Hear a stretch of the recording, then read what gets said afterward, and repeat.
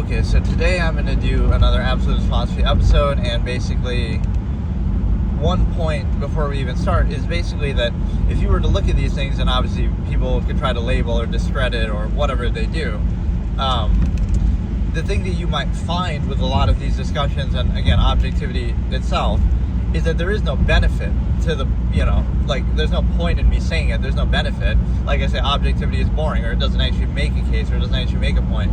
It just shows you the nature of reality despite contrivance response to it.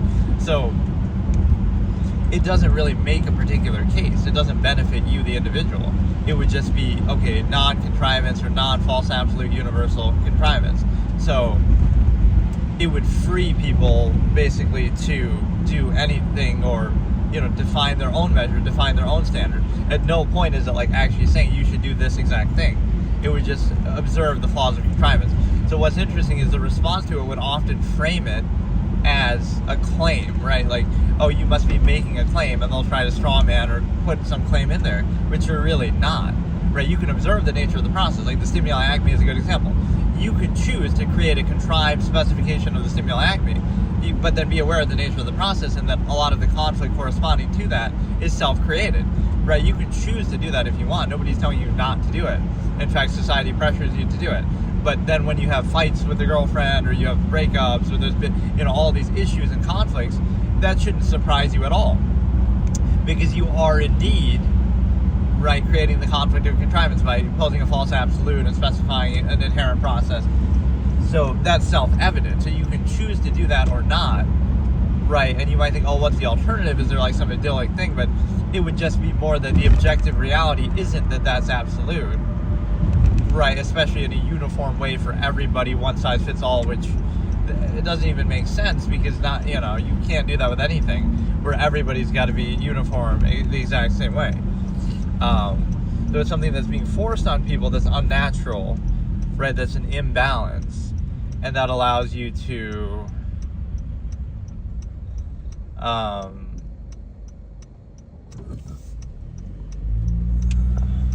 right, it allows you to assume their intent and sort of frame it like, oh, you just lack the ability to do this absolute thing.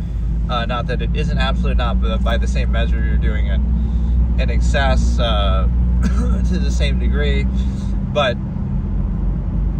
yeah, so that would be the framing, is kind of like, you're not telling people what to do, but be aware of the nature of the process. And so you can't deny. On one hand, something will be posed in an absolute to create a subversive controlled state, right? Like, oh, it's absolute, like love or whatever it is, right? God or something, morality. But then you could see it. This is the problem with it. If it's absolute, then it should be self-evident and take care of itself, right? You don't need subjective laws, or you don't need all these ritualistic things that people do. You wouldn't see the inconsistencies like fights and breakups, and you might say, oh, you're expecting it to be perfect. But if it's absolute, then yes, it would have to be perfect. So the fact that it isn't is arbitrary, subjective. So you can struggle to maintain that artificial contrivance. You can absolutely do that, as people have done in various ways throughout all of human history. But that isn't the question, right? The question is it absolute? Or is it just a construct that you're pretending, fairy tales for adults? So that is definitely telling.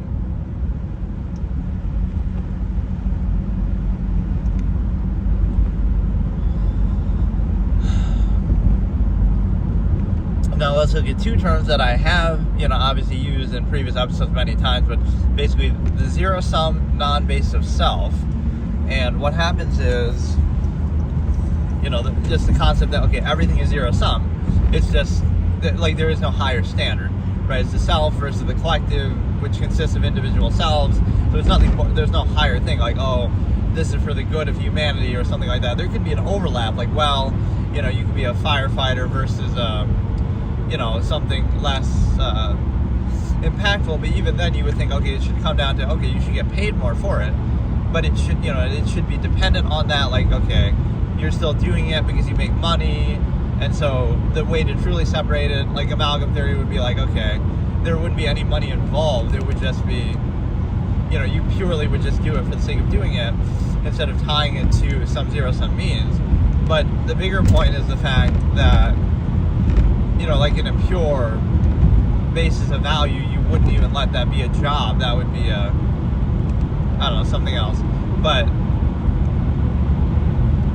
the purpose of that is the fact that there is no higher measure. Everything is just zero-sum self-interest in different forms, right? Like, there is no, when you talk about like lofty things in religion or some whatever, something gratifying, nothing should gratify you because it's a zero-sum process, right? You can just do it better or worse, or you can just do it, right? It turns into sort of a competition. But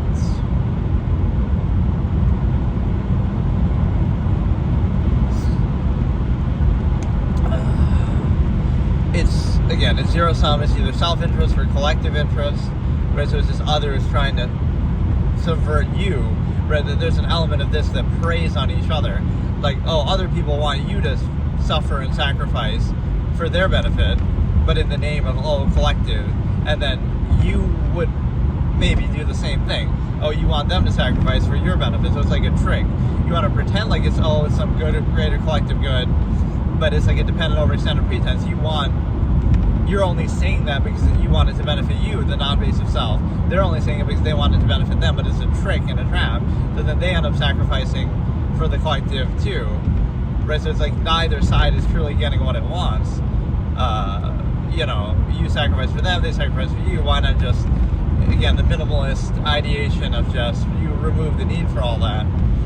You don't tie everything together in the contrived collective way, or you at least don't force that universally upon everybody everywhere on the planet the way that is obviously done. So the thing that happens is basically, again, the non-base of self, as if to say, this is also how value is defined in a very contrived, inconsistent way. Like, the way that you define value in things in everyday life is not based in objective standards, because you're not considering all things that exist everywhere, all around the world, right? You're doing it based on a few things that are, again, they're based ultimately on nothing but yourself, right? So you're not valuing something like, oh, I value this person based on this criteria, and that holds up against all other people on the planet. Or like, oh, I value this activity, or I value this food, or I value this. Like, are you operating on the highest standard? Which you might think, oh, that's not really practical, but it's a question of credibility then. It's just arbitrary, right? Like, oh, you love your country because you happen to live there. Did you really go to every country on the planet and consider it? Or at least, like, study each one, research each one, and then you're living in the one that you are now because you made an informed decision based on standards that you have, and therefore that's why you value that country. In which case, it wouldn't even be necessary to kind of bypass critical thinking and say, oh, I love my country. But what it really means is you're just insisting upon something that you didn't choose, right? Non-choice reaction insistence. You happen to be born there, you happen to live there, so you love it or you insist upon it, which is interchangeable and has no meaning, because that means no matter where you live, you would just say that, right?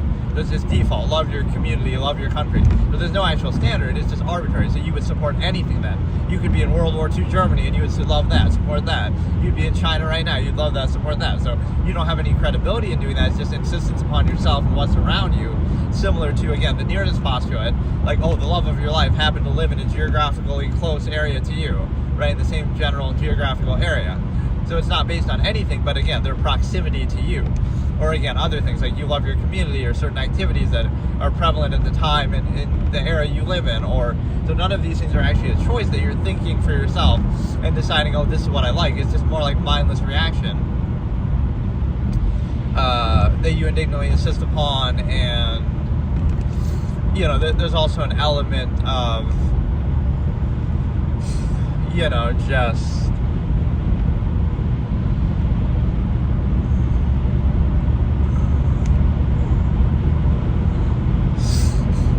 there's an element of basically being able to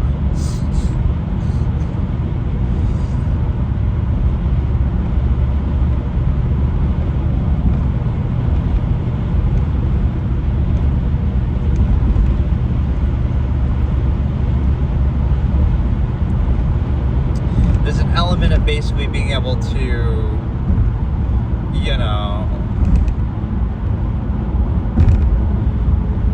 whatever, just you're placing undue emphasis in defining value, not based on a standard, but based on its proximity to you, Right? So everything becomes a false absolute around you, or base of value.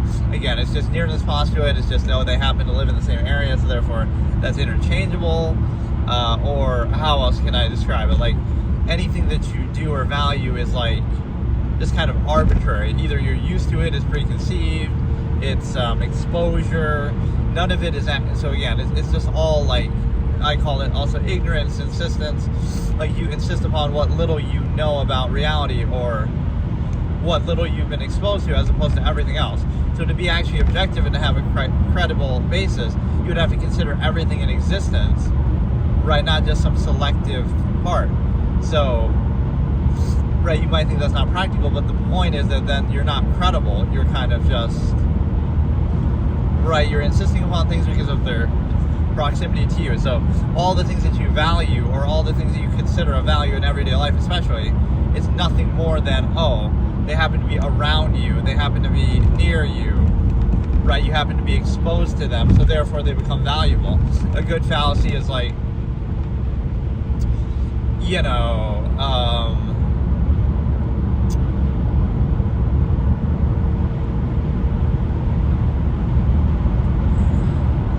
what was it? I had a specific example here, like, the reason why you,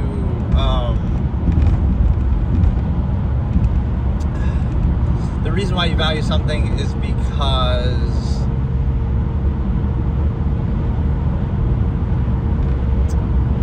I can't remember. It's like you're exposed to it, but you're also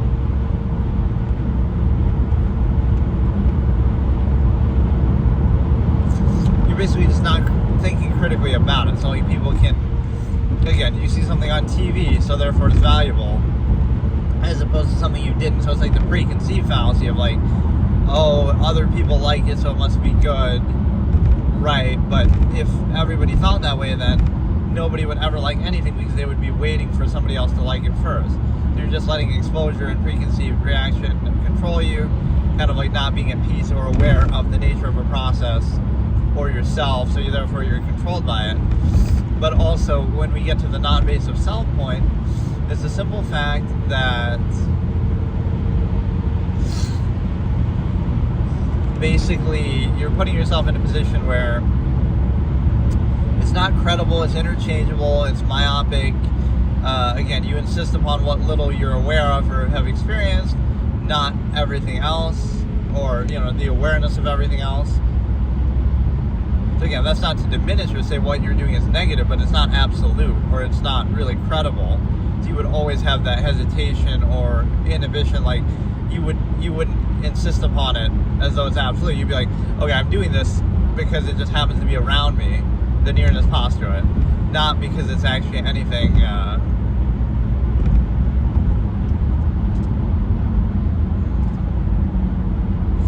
not because it's actually anything credible. You'll even say that too. This is where people are completely discredited, right? And again, not myself. To be aware of it is not to be above it. It's the same process, but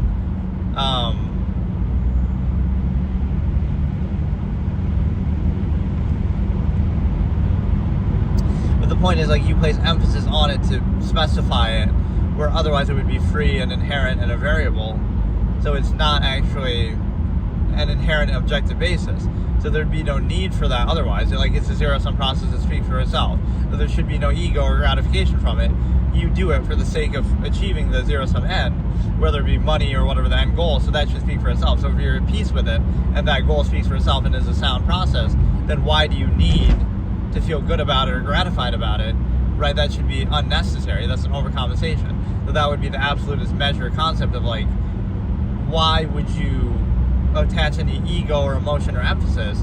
It's a zero-sum process. You're doing it for the end goal, and that's it. So either do it better or worse, but right, there's no ego in that. It's just zero-sum. Like, what, you know, zero-sum, non-basic self-interest. There's nothing to really be proud of. If anything, it's like, oh, you're make more money or something. But even that's like, okay, that just means you require more. That means you are possessive or, you know, materialistic or something, right? It's still a zero-sum process, and you could, maybe you're happy with less, and then you require less. So why is it an ego thing to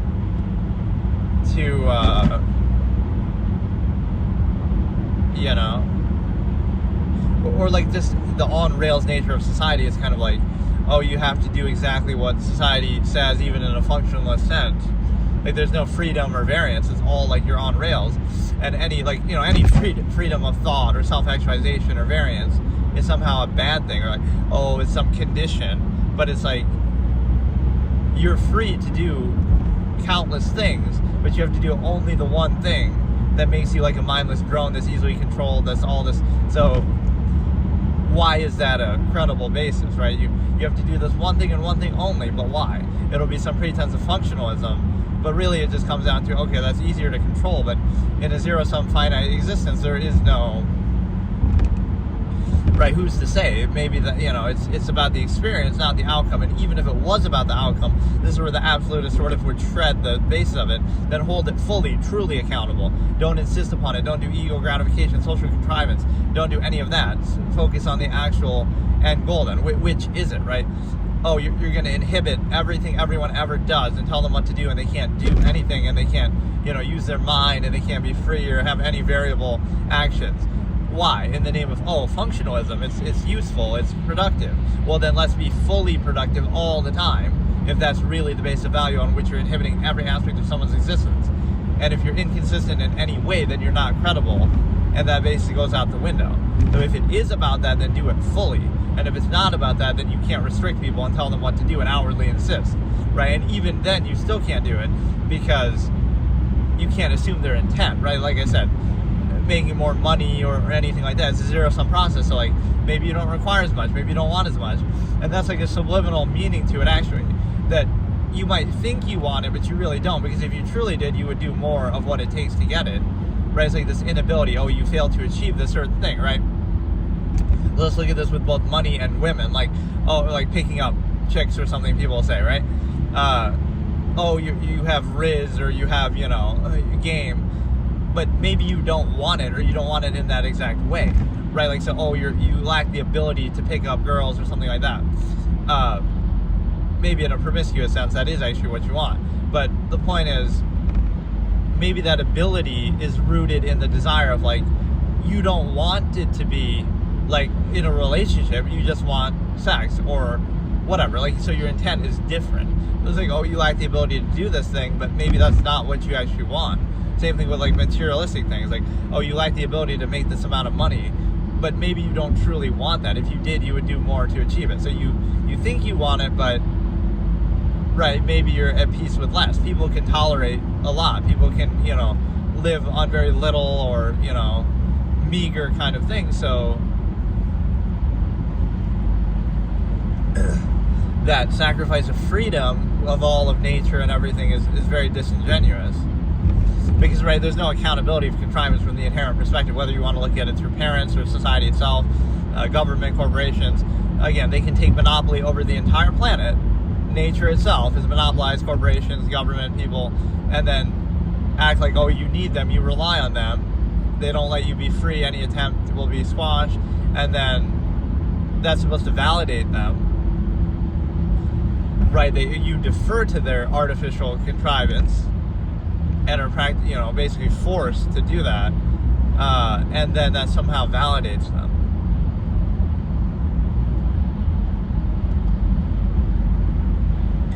But no, even like value being defined by means that way, like this is a quote from that minimalist story that I always talk about. The one of my favorite ones is, again, in the land of minimalism, every man is a king, which I used as a previous one here. But also,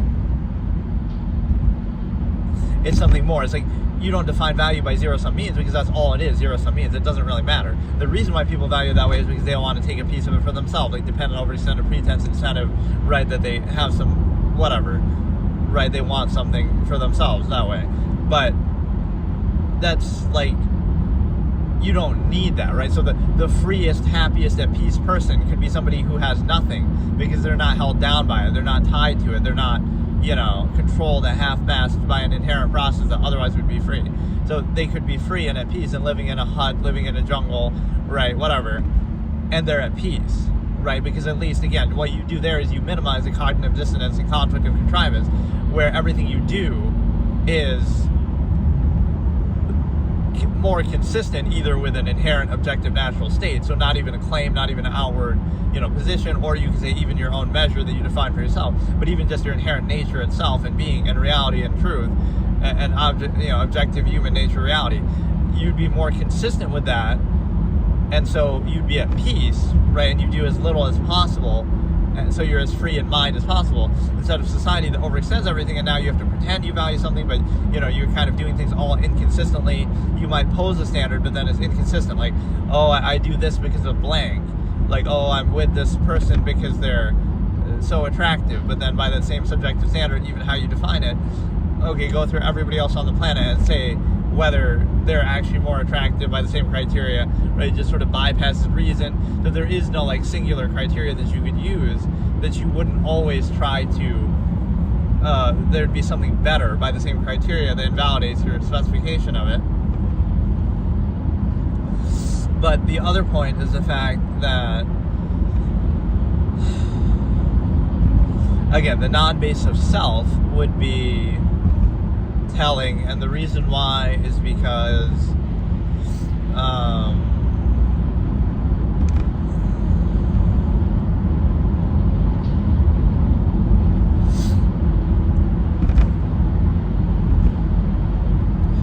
you can say everything is zero sum, and it's just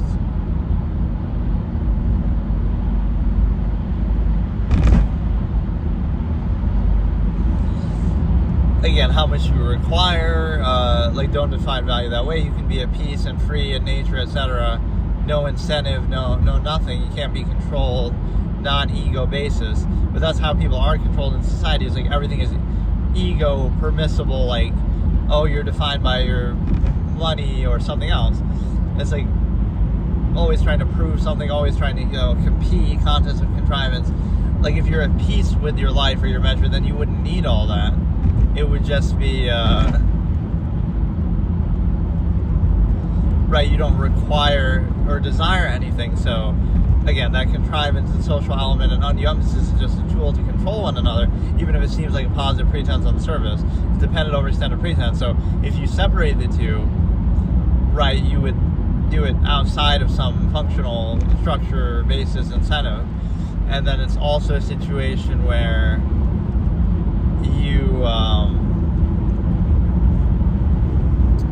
you would be free to do that, but you would also look at it from a perspective that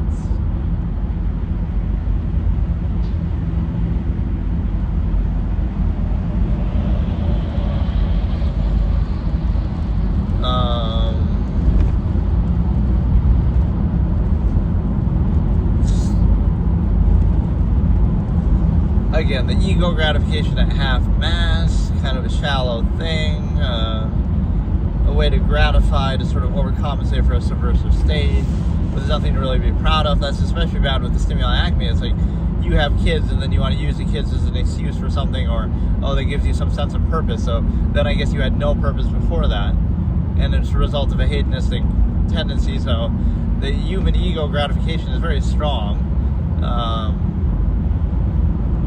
which can be motivating for people, but right, it's rooted in a artificial dishonesty, basically. But the other aspect is the fact that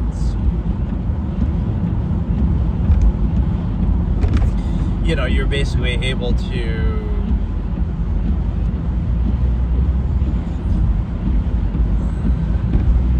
you consider the zero sum, and so everything is a reaction to the inherent.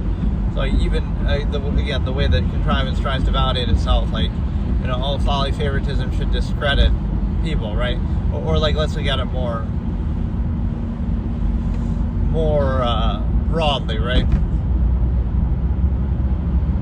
Or wouldn't that be a cool form of content to do? Not that you probably shouldn't be, you might not be allowed in a way, but like, if I try to find missing people on my own as like a private investigator, and I look into it, and I like, just as a civilian, but like I go really hard trying to do that.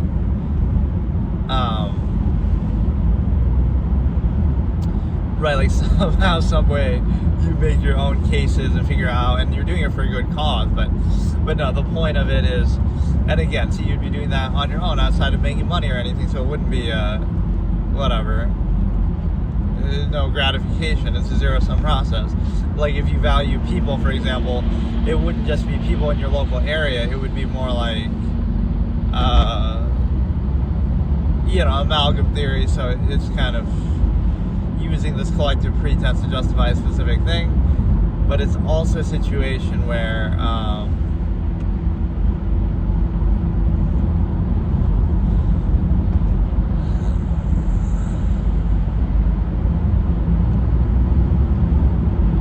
again, there's a lack of credibility. It's inconsistent. It's also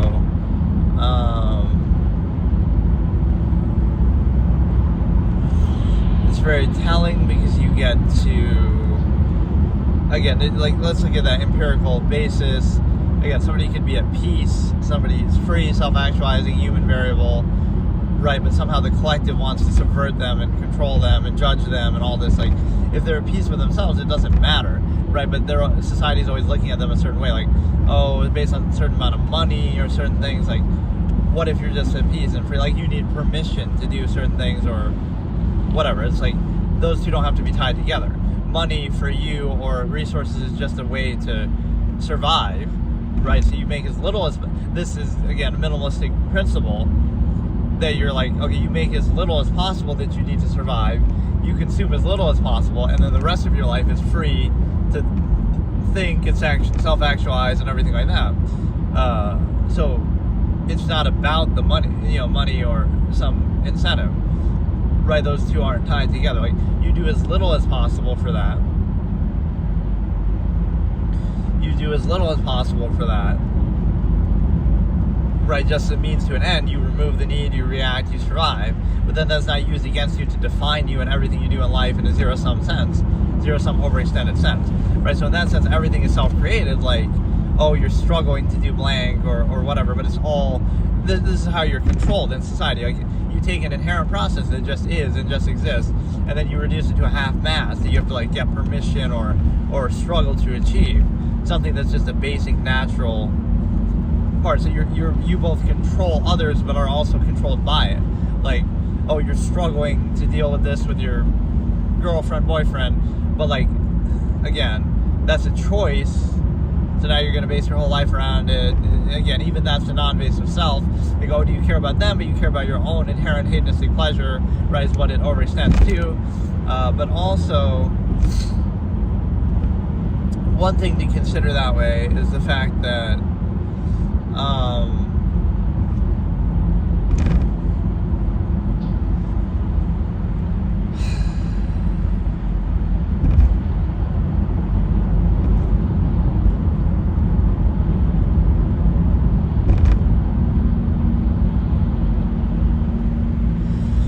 it's basically the fact that, like, if something is valued truly and absolutely, it would be like, you would never be at peace with it. You'd be saying, okay, it can always be done better if it's really a value, and then if it's not,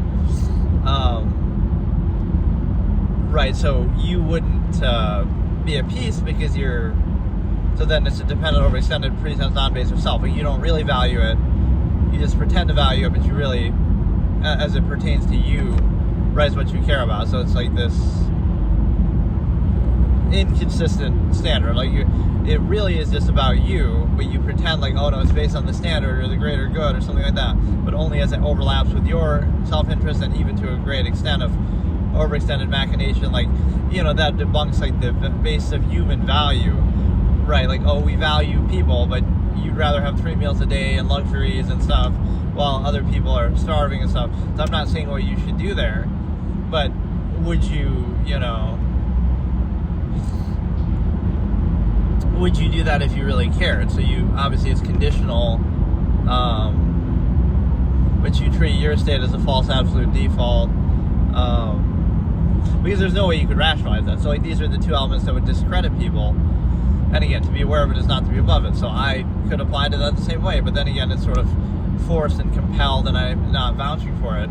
But it's like, again, be as minimalist as possible, then, oh, you can't be discredited because, like, okay, you're more consistent with an inherent objective reality or with whatever standard measure you might have, right? It's like, do as little as possible. It's similar to something you can say with religion, like, if you're Amish or something like that, you'd be more consistent with the Bible or etc., your religion, because it doesn't say in those older texts to do all the things we do in modern life. It doesn't say that, right? But yeah, you do them anyway if you're living in modern society. So it doesn't say not to do them, but it doesn't say to do them. If you want to live really consistently with that, wouldn't you minimize out of your life all the things that could be potentially inconsistent, right? And focus on the things that are mentioned, and again, basically do as little as possible. Otherwise, you're showing that you're not credible at all. And again, this is society too. It's just like, so you'll go along with anything. So your faith has no conviction, because it's just whatever society, whatever time period you're in, you'll just go along with that instead of defining it for yourself, right? Instead of self-actualizing from an inherent base state. But yeah, the two criteria by which you can discredit something is the fact that discredit people is, number one, the fact of, again, that inconsistent pretense I was talking about, but also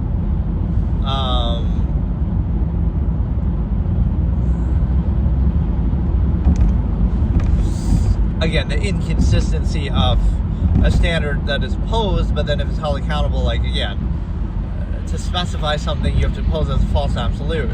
So you're valuing things on a supposed basis, like, oh, you value this thing, or, you know, you choose this, but you choose among what's nearest to you, among what's kind of chosen for you. Like, oh, you're with your partner because they're attractive, but are they objectively the most attractive, or even subjectively by the same criteria? Right, so you kind of bypass critical thinking and pose it as false absolute, non-accountable, right, to specify it.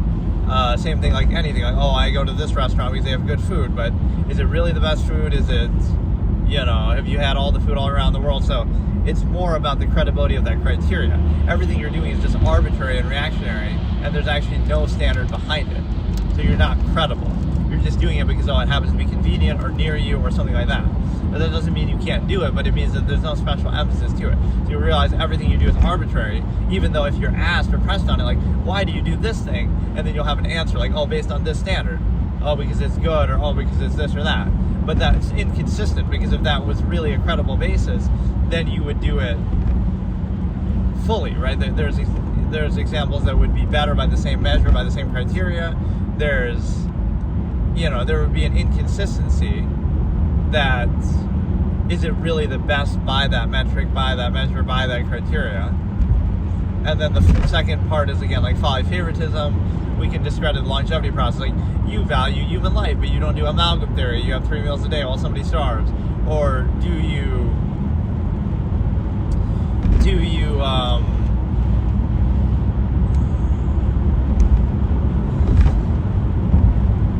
this is what objectivity is, though. It's the ability to observe something without necessarily making a claim. Or it's so broad and long form that you're holding accountable contrivance. But the problem is that contrivance is treated as a false absolute default, even though some of that basis is just because you're indoctrinated in youth before you can critically think for yourself. So that would be telling. But the other aspect of it is the fact that, and again, it doesn't have any incentive, like it doesn't lead to one specific thing. It likely wouldn't lead to contrivance, but that just requires, again, censoring reality and struggling so hard to maintain the illusion of a false absolute. So when you create that self-created conflict of contrivance, now, again, like you're saying something is absolute that isn't, now you're going to constantly be struggling to maintain that. So you can do that if you want, but that's your choice, right? You don't, I don't know. But,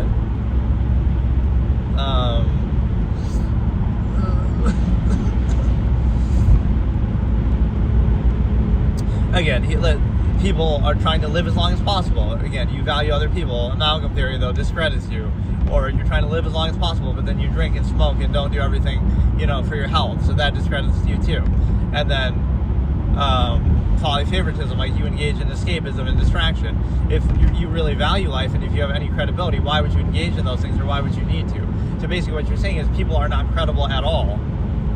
And so nothing they say or do really has any meaning, because they're just zero sum. So it's just a matter of more or less convenience, more or less bread and circuses, not exactly actually a credible basis. You're just kind of mindlessly going along uniformly with the specific contrivance state that you're indoctrinated by, meaning you would have done the same thing in any other era or whatever. So the point, and then treating it as a false absolute to overcompensate, instead of holding it accountable to a standard and self-actualizing, again, from the inherent base state. But the other aspect is the fact that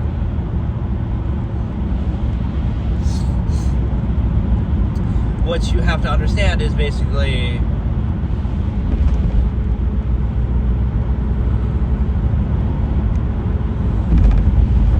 again, if you engage in, okay, favoritism or something, and then you can throw that back at me and say, oh, I'm not credible either, but I'm not telling you what to do, right? I'm not saying that society is valid or contrivance is valid. I'm even questioning it, and I'm even revealing the artificial nature of it. So I'm not telling you what to do or inhibiting everything you do or have the means to even make that happen. So we would question the self-creation of that process. Like,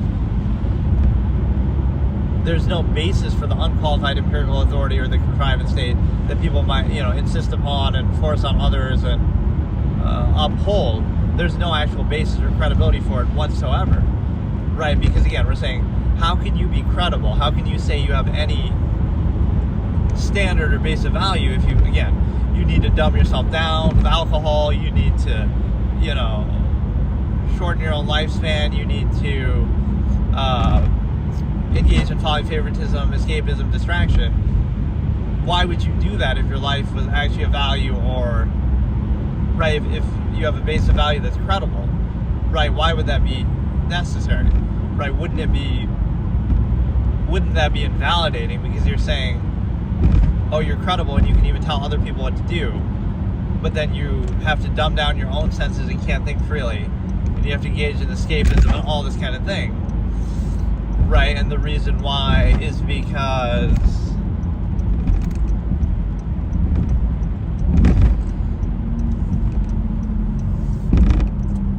so it's zero sum in a sense that, again, it's not that you're saying it to a specific end. You're just simply saying people aren't credible, and the reason why they aren't credible is because of the simple fact that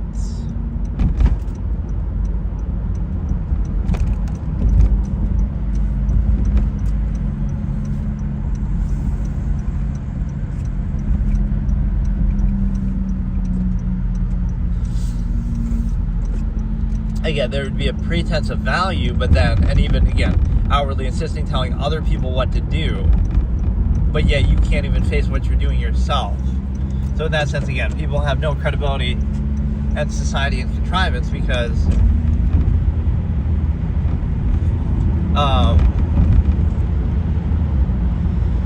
again, your life would have to be consistent with whatever basis you're using to value, but it's not.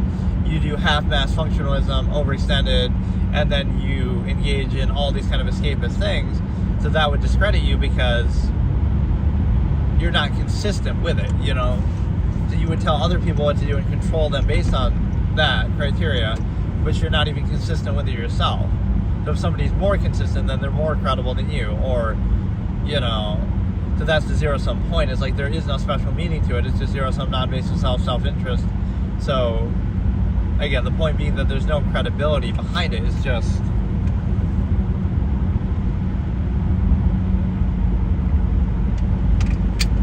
mindlessly accepting the current state defined by technology, etc.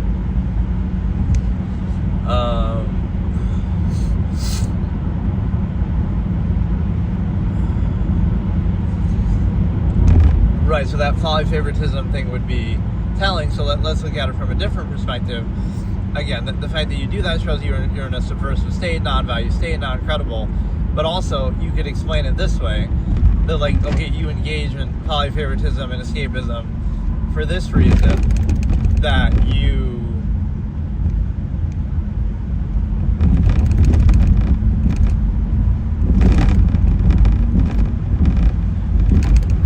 basically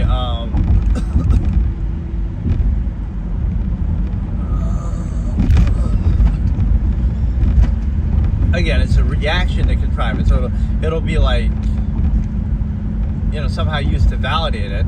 You'd say, oh, look at these kids playing games all day or something, right? But if you look at it on a deeper level, why does it appeal to you? Why would you want to do that, right? And on one hand, it's used to control them, so it's sort of disingenuous, right? It's used to distract and control them a little bit. the fact that, to occupy kids and, you use technology and stuff like that to control them, right, when they're young. So that's disingenuous, number one, right? You're sort of creating that and using that as a tool, right?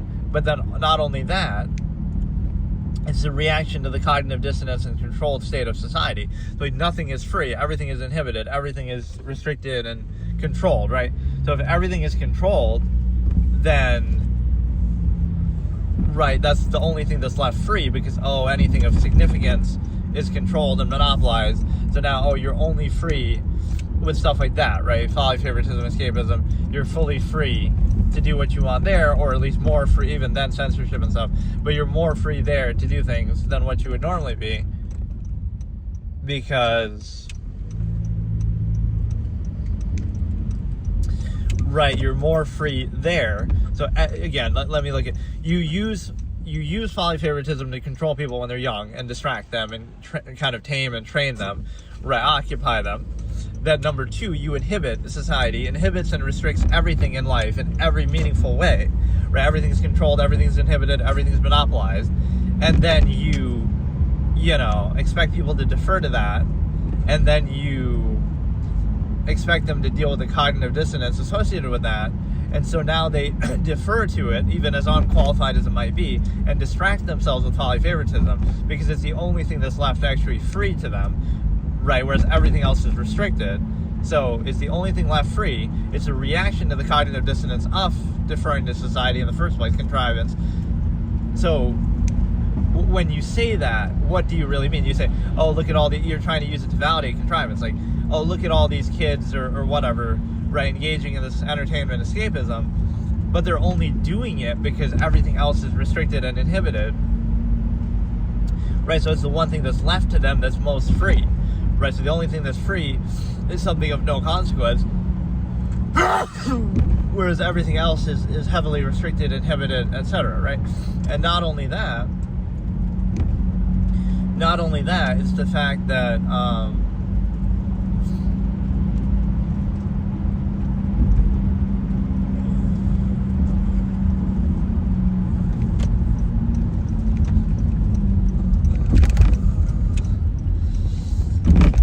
so again, I did an episode on this, but let's just rehash this one topic. It's basically, again, it's a reaction to, it's the reason why entertainment and escapism appeals to people is because everything else is controlled by society. So it's a reaction to that, and it's a way to distract oneself from the cognitive dissonance associated with that. So does it really make the point that you think you're making?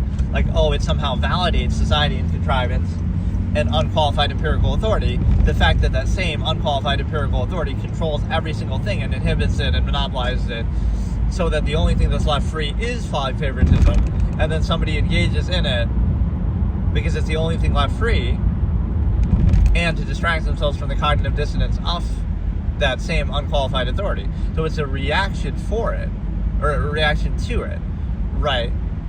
So, right, it's like the last refuge of like, okay, I don't want to vouch for an unqualified state, but I'm still subject to it, so I'm going to distract myself. Because at least, again, this is where I say there's more truth in fiction, because at least with fiction, you're not pretending it's true. You're not pretending it's a value. You're conceding to a non-value subversive state. Whereas with that, you are, like with contrivance, you're pretending, or, so you're like, okay, fine.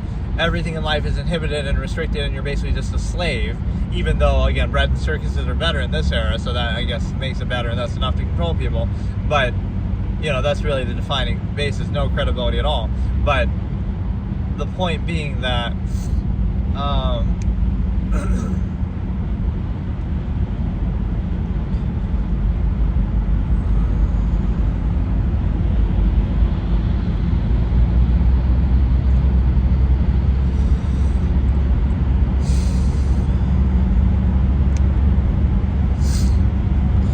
point being that, right, that's your reaction to it, so you can control everything and then say, oh, look, they're engaging in this thing, the only thing that we've left free,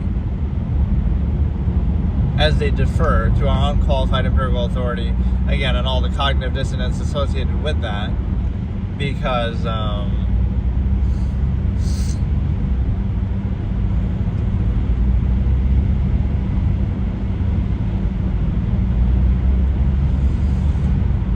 yeah, everything's a zero-sum process, right? Like, again, in a finite zero-sum existence.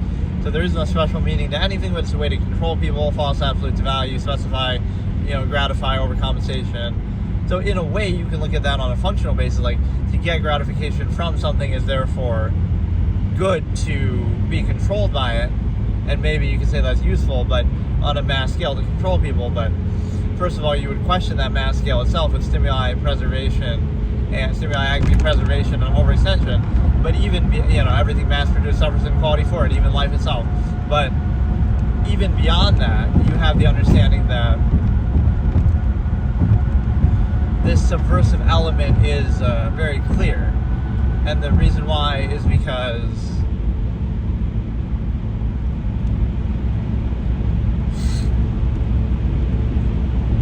right, there is no special meaning to it, so at least acknowledge the functional basis. But instead you're controlled by it, right? You won't acknowledge the functional basis.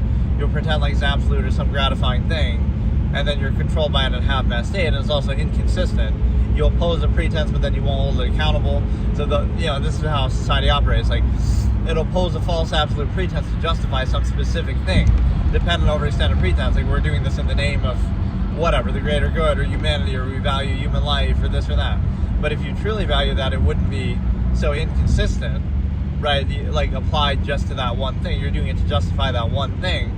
So the pretense and the standard that you're using is inconsistent and non-accountable, right? So it's really about that one thing that you want, not about the standard. Again, it's just a pretense to justify it. So that's how people are controlled. So again, the absolutist view would be more direct, like, okay, everything is zero-sum, so there's no pretense, no gratification, no collective anything, just do it because it's efficient, be direct, be even, you can say, transactional, because then there's no overextension, like, oh, let me, this is a disingenuous way that society operates. Let's sort of, it's an absolute, but the way that the absolute would be originated is by, let's use a pickup line. And so, you wouldn't do that. It's one of two things, okay? If you're going to engage in this, behavior that's sort of arbitrary, just walk up to some random person, do a pickup line, that's not an absolute process, it's arbitrary, right? So now you wouldn't treat it as an absolute and act like specifying the stimuli acme based on that. But also, you would say that,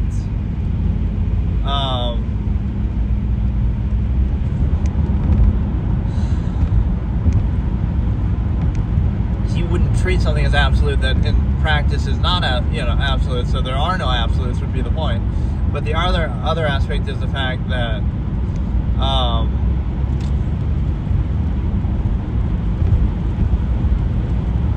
or let's look at the appearance pretense basis form of something, how that's not credible at all, but that's how you're controlled.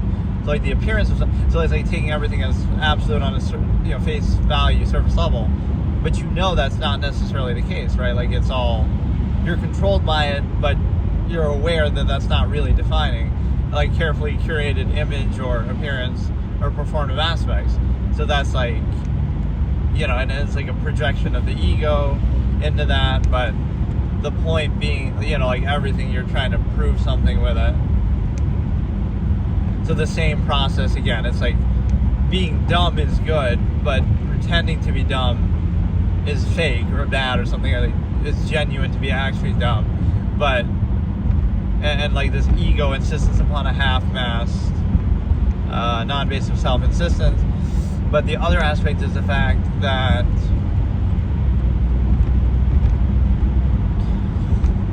I was saying the absolutist view would be, again, everything is very direct, so you're not going to do things in that way, right?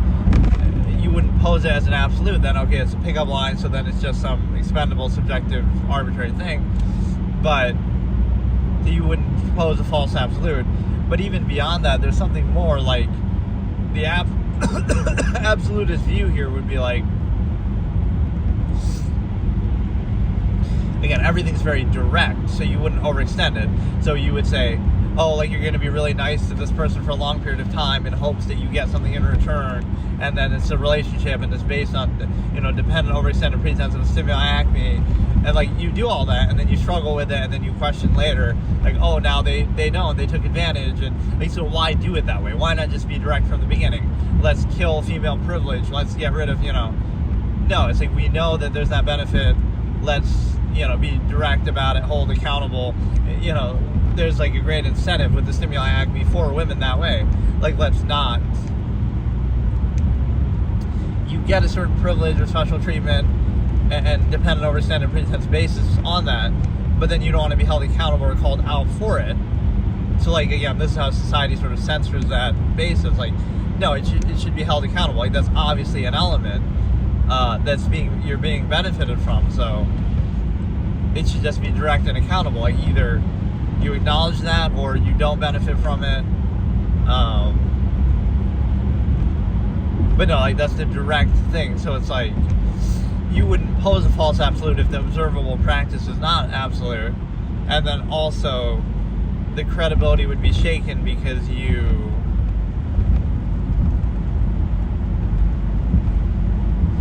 the credibility would be shaken. And the reason why is because